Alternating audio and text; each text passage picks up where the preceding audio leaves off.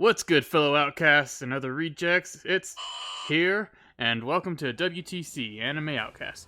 First things first, if you're new here, we upload anime what-ifs. Secondly, we hope you enjoy our content. If you do, make sure to like and subscribe and ring the notification bell. Now let's get on to the video. I take that back. Before we actually get into today's video, there's one thing I'd like to address. Is this a reboot or a remaster? For now, it's just a simple retelling from the original What If main channel, We the Celestials, with a few changes thrown in that will become apparent later. But if you guys want, we'll redo the other parts as well in this sort of style. A poll will be posted in the community tab a couple of minutes after this video goes live where you guys can tell us what you want, or just say so in the comments. Now on to the What If. In this timeline, Izuku is still born quirkless, meaning he still gets tormented by most of his peers for that. He goes through life mainly the same, his dreams of being a hero crushed countless times. Fuck. But we properly pick up with him a week before the canon event, walking home from school on a warm evening. The walk starts off peaceful with Izuku in a world of his own, thinking about the newest heroes to appear on the scene, mostly Kamai Woods. But that peace is quickly interrupted by the sky erupting into a strange firework-like flares. Of course, Izuku stops and gazes into the sky, intrigued by the peculiar light show. So do the other onlookers. Unbeknownst to Izuku, just above all of their heads are two starships locked into battle. Though one is clearly at a disadvantage due to its small size and its more militaristic aggressor. Then, with one charge-up beam attack, the militaristic ship tears through the small one, but as some sort of last-ditch effort, the smaller ship shoots some kind of cargo pod before self-destructing and taking down its attack. City streets shake from the explosion back down on Earth as the sky turns a violent orange. Most people start running away as debris from the warring ships start falling to Earth, smashing into buildings or city street. But Izuku just stands there, paralyzed by fear.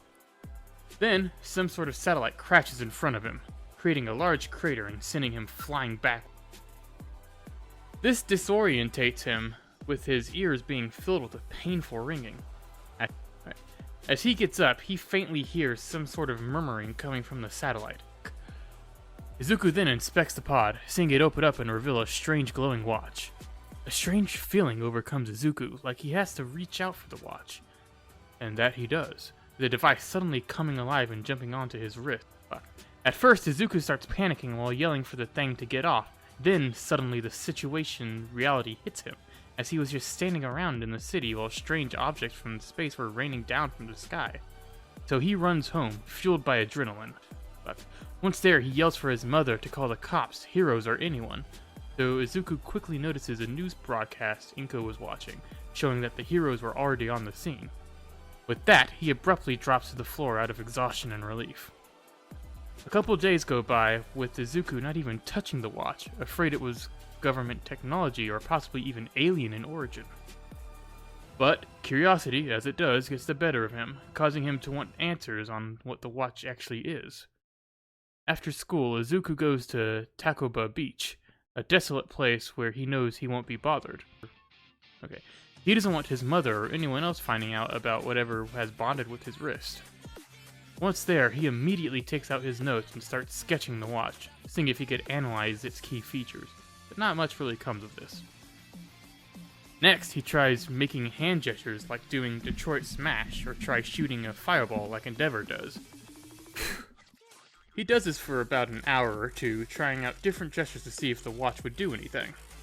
But Izuku is quickly defeated, thinking the watch is nothing more than a piece of junk, slamming it against the dumped washing machine in frustration.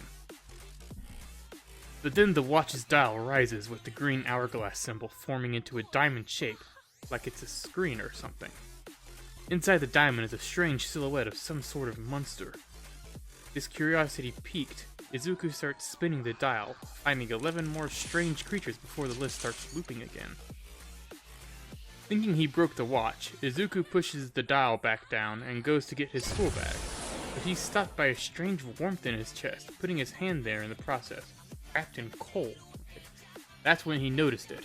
His whole body appeared to be wrapped in coal, while also being on fire. I'm on fire? He mutters to himself before screaming out, I'm on fire! Izuku starts panicking after that, flailing his arms in the air as he makes a beeline to the murky water. But as he gets close to the shore, he feels a strange sensation creep up his spine, but not in pain. Before he gets into the water, he stops dead in his tracks while noticing he feels fine. That's when a thought hits Izuku. Did he just become Endeavor? Walking back over to the trash pile near his bag, he looks into a shard of glass, seeing his new flaming appearance in its reflection. Though it's a far cry from what he thought he looked like, Izuku starts getting excited. Okay.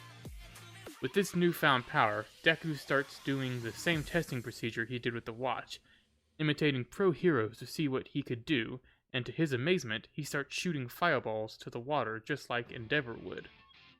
He messes around with his transformation for a while, even learning to breathe fire like his father.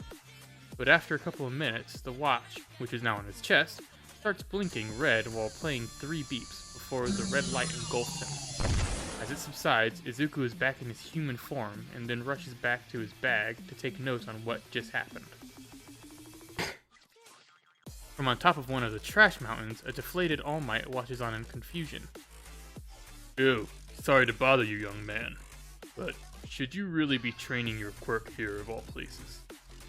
All Might announces as he walks over to Izuku, pointing to the large piece of trash he just scorched a few moments ago. Flustered, Izuku quickly apologizes to the stranger before realizing the man mistook his transformation as a quirk. All Might quickly moves past Izuku, seeing him as just some random kid, and starts collecting trash in an attempt to clean the beach on his own. Hey, you must be the beach's caretaker. You should let me help. Deku mutters as he starts fiddling with the watch, attempting to transform once again. But he's stopped by the watch's red glow, assuming it's some sort of timeout or recharging mode. So with no other option, he starts picking up trash normally, shocking All Might, but also pleasing him. After a few minutes of cleaning with the man, Izuku notices the watch's red glow replaced by its usual green once again. He starts fiddling with it again, attempting to transform as All Might continues cleaning. Then a sudden bright flash engulfs Izuku, scaring All Might. As he turns around, he's met with a sizable 4-armed Goliath, which leaves him speechless. Check it out! I'm just like All Might! Izuku chuckles as he starts crushing the scorched trash, ignorant that the man he just compared himself to is right in front of him. This gives the number 1 hero an idea, asking the boy for his name, and in turn, introducing himself as Toshinori. Say, kid, with strength like that, would you mind helping me with the cleanup job? Toshinori asks, with Deku enthusiastically agreeing, seeing it as a perfect way to test his new powers out. So just like canon, Izuku would start cleaning up the beach with All Might in preparation for the UA entrance exam. But the relationship would be quite different from canon, as All Might doesn't see Izuku as a successor, rather just a good Samaritan helping him out. However, this doesn't stop him from giving Izuku some advice on his transformation whenever he gets a chance. He also throws in an obscure All Might story every now and again as a form of payment for the fanboy. This cleanup takes roughly the same amount of time as it did in canon, with Izuku learning the basics of aliens. There isn't much to cover on this period, except for the moment where Deku would meet All Might in the original canon. He would be walking home from school once again, taking a different way home as his usual way is blocked ever since the meteor shower. Once under a bridge, he's stopped halfway through by a strange gurgling sound coming from the drain behind him. As he looks behind, Izuku sees the Sludge Villain force its way out of the gutter with its crazy eyes locked onto him. The creature begins rambling on about something as it inches towards him, but Izuku doesn't listen as he begins to freeze from a helpless feeling.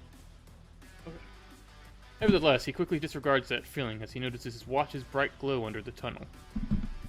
So Izuku throws his bag at the monster, buying him a couple seconds to transform. As the green flash covers Izuku, the Sludge Villain tries to absorb, thinking he managed to get him.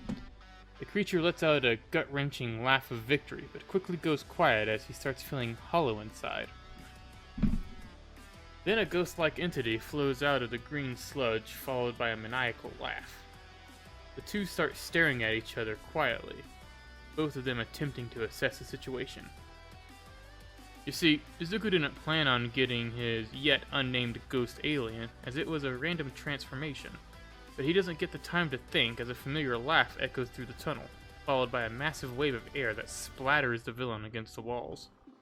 Then, All Might steps under the tunnel, ready to strike the menacing ghost but he's quickly disarmed by Izuku fanboying over him, weirding him out somewhat because of his appearance. Though after seeing the watch's symbol tucked underneath the ghost's skin, All Might quickly realizes who he's dealing with. Notebook from his bag on the floor and begs All Might to sign it, which he does before briskly moving past Izuku to clean up the villain. He also sees the situation as awkward.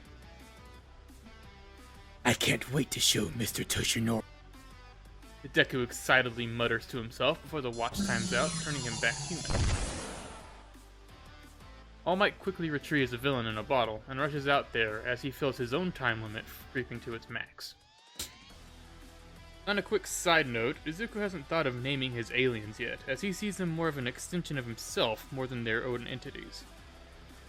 But we'll still be referring to them by name for simplicity's sake until he does. With that out of the way, we can move to the day of the UA entrance exam. It starts with Izuku waiting on the beach he and Mr. Toshinori had just cleaned, wanting to thank him for his help before the exam. As the time before the exam grows shorter and shorter, Izuku is forced to get a move on to the exam center without getting to thank his friend. Once at the exam center, he is met by Bakugo walking behind him, who smacks him on the back of the head while laughing. "Do you really think a small fry like yourself can get in?"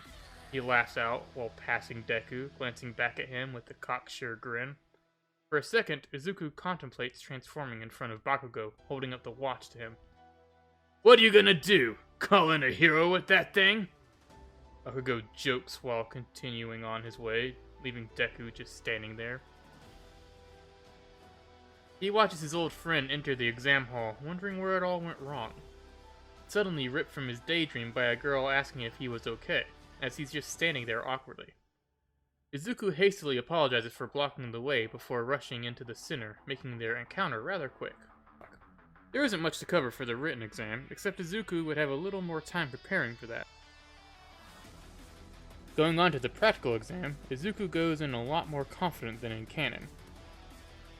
Instead of making a fool of himself in front of Ida, he sprints headfirst into the city arena while dialing up a hero on the watch. When the exams start, Izuku jumps into the air and transforms, landing as his crystal-based alien Diamond Head. As he lands, he slams his fist into the ground, creating a wave of diamonds that tears through some of the robots that come flooding in. As Diamond Head, Izuku starts racking up points thanks to his form's versatility. He either shreds robots with sharp crystal projectiles, or cuts through with bladed arms. Everything goes downhill, however, when he sees the humongous zero-pointer robot, making him freeze. At first, he tries to run away like the others, but stops as he hears faint cries coming from behind him. As Izuku turns behind him, he's met by a grueling sight of the zero-pointer about to step on the girl he met at the start of the day, appearing to be trapped under the rubble. Without hesitation, he sends over a wave of cascading diamonds to stop the robot as he runs over to help her out of the rubble. As soon as Izuku gets the rubble off of Uraraka, he hears the dreaded beeping of the watch that leads to a timeout. "Why? Why now?" Izuku roars at the watch before running away with Uraraka as the diamond begins to shatter under the zero-pointer's weight. As the two start running, Izuku trips over some debris, causing him to hit the pavement under him. This puts him at the mercy of the robot, who's about to step. He instinctively puts his hands over himself to block the machine, knowing full well it wouldn't do anything. But when the machine's metal collides with the Omnitrix, it begins to make a charging sound. Then it creates some sort of energy feedback, sending the robot back and almost toppling it. This catches Izuku off guard. He didn't even know the watch could do such a thing. Furthermore, the Omnitrix appears to be recharged already, using him even more. Though he doesn't question it as he transforms to his go-to alien, Heat Blast. Once changed, Izuku rockets in the air, getting to the zero-pointer's head and yelling, "Prominence burn!" Using the full might of his flames to emit a concentrated beam of heat from his body, He vaporizes the head of the beast in a couple of seconds. Everyone watches in awe from down below, feeling some of the heat wash over them. Once Izuku is done rendering the machine's head to ashes, he slowly floats down while watching it drop to its knees before completely falling over, being nothing more than a husk at this point. Izuku then goes to inspect his handiwork, hearing faint whispers behind him from people asking what his quirk was, as he was just a Diamond Man mere minutes ago. I'd like to give a big thanks to the Outcasts and Rejects for watching till the end of the video. If this video gets 20 likes, we'll continue this what if, but if we get 50 likes, we'll upload the next episode this week. Don't forget to subscribe and like the video to get the next part early.